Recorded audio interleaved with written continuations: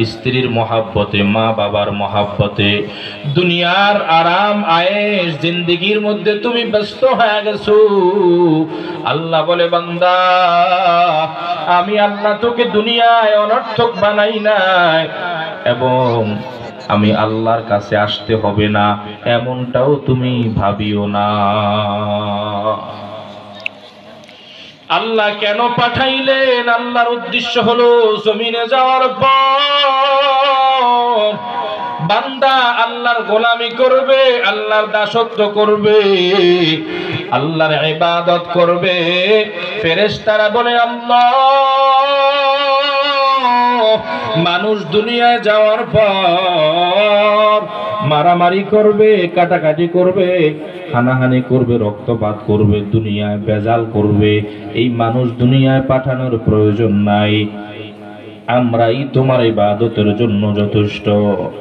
যখন মাহে রমজান মাস আমাদের মাঝে হাজির হয়, সন্ধ্যাবেলা আমরা ইফতার নিয়ে বসি, ভোর রাত্রে আমরা সাহারি নিয়ে বসি, আর সকাল সন্ধ্যা জিকির আজকার তেলাওয়াত, সারাদিন না খেয়ে রোজা রাখি। আমার আল্লাহ ফেরেশতাদেরকে নিয়ে গর্ব করবে, ও ফেরেশতার দল, দেখো আমার বান্দা আমাকে দেখে নাই, কিন্তু ঠিকই আমার বান্দা, আমার ভাই পেটে বড় ক্ষুধা, তারপরেও ইফতারি সামনে রেখে হাত দেয় না, ইফতারি মুখে ঢুকায় না। বলে কেন? এখনো আল্লাহ পাকের নির্ধারিত সময় হয় নাই, আল্লাহর আদেশের সময় এখনো হয় নাই। দেখো আমার বান্দার আমাকে কত ভয় করে, আমার বান্দার আমাকে কত মান্য করে। পুরো একটা মাস রোজা রেখে আমরা যেই শিক্ষা অর্জন করেছি, দুনিয়াতে কেউ আমাদেরকে দেখুক আর না দেখুক, একজন মালিক দেখেন, তিনি কে? আরো জোরে বলেন কে? আমার আল্লাহ তো আমাকে দেখে। এই জন্য মাহে রমাদান মাস ব্যাপী শিক্ষা। এক নম্বর শিক্ষা হলো ইখলাস। দুনিয়াতে যা কিছু করব, যা কিছু বলবো, সব হলো একজন মালিকের জন্য, তিনি কে? এই সব করতে গিয়ে কেউ দেখুক আর না দেখুক, একজন তো আমাকে দেখে। জিবরাইল আমিন পয়গম্বরের সামনে হাজির। আমার পয়গম্বরকে প্রশ্ন করবে, ও আল্লাহর পয়গম্বর, মানিল ইহসান, ইহসান কি জিনিস? আমার নবী বলেন, আনতা আবুদাল্লাহা কান্নাকা তারা ফাইন লাম তাকুন তারা ফাইন্নাহু ইয়ারা।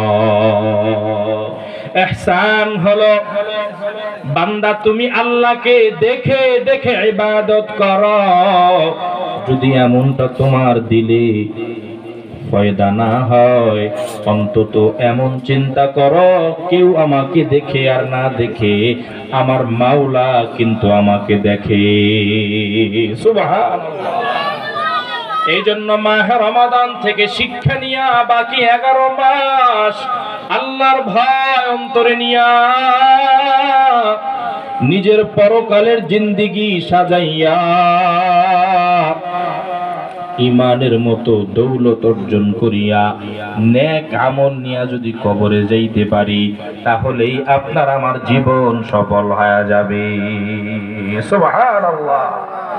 এই জন্য মাহে রমাদানের প্রতিটি মুহূর্ত আপনার আমার জন্য শিক্ষা।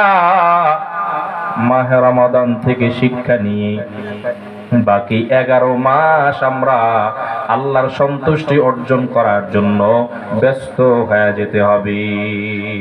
রাজি আছি তো ইনশাআল্লাহ? আজকের এই মাহফিল পেয়ে আপনারা খুশি না বেজার? আলহামদুলিল্লাহ। আপনাদের এই যে খায়ের হাট এলাকায় ওলামাই কেরামের উদ্যোগে যে মাহফিল হচ্ছে, আলহামদুলিল্লাহ, বরাবরে লক্ষ্মীপুর জেলার মধ্যে নারায়ে তাকবীর,